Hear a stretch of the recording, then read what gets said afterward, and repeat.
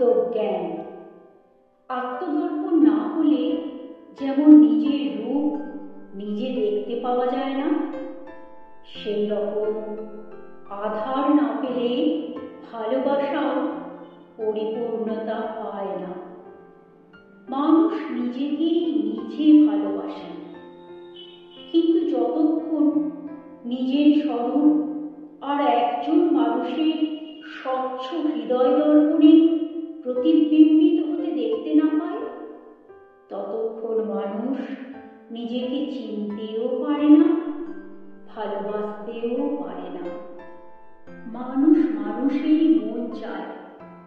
মায়া রাজ্যে ঘুরতে ঘুরতে কারো বা এরকম মনের মিলন ঘটে যায়।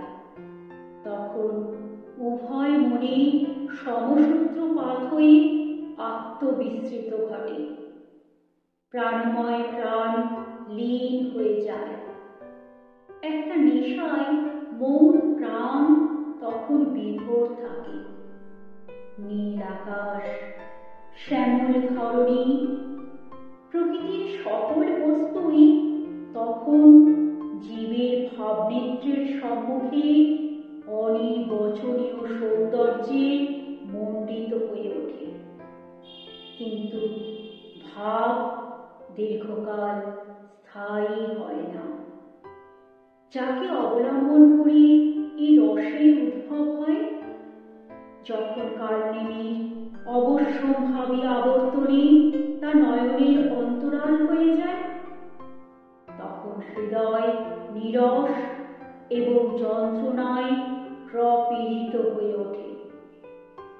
জীবের সাজানো বাগান এভাবেই শুকিয়ে যায়। অতীতের বেদনাময়ী স্মৃতি বক্ষে পোষণ করে জীব নৈরাশ্যের অতল সমুদ্রে ডুবে যেতে চায়। ভালোবাসা যে বস্তু, তা মায়ার রাজ্যে থেকে যথার্থভাবে অনুভব করা যায় না।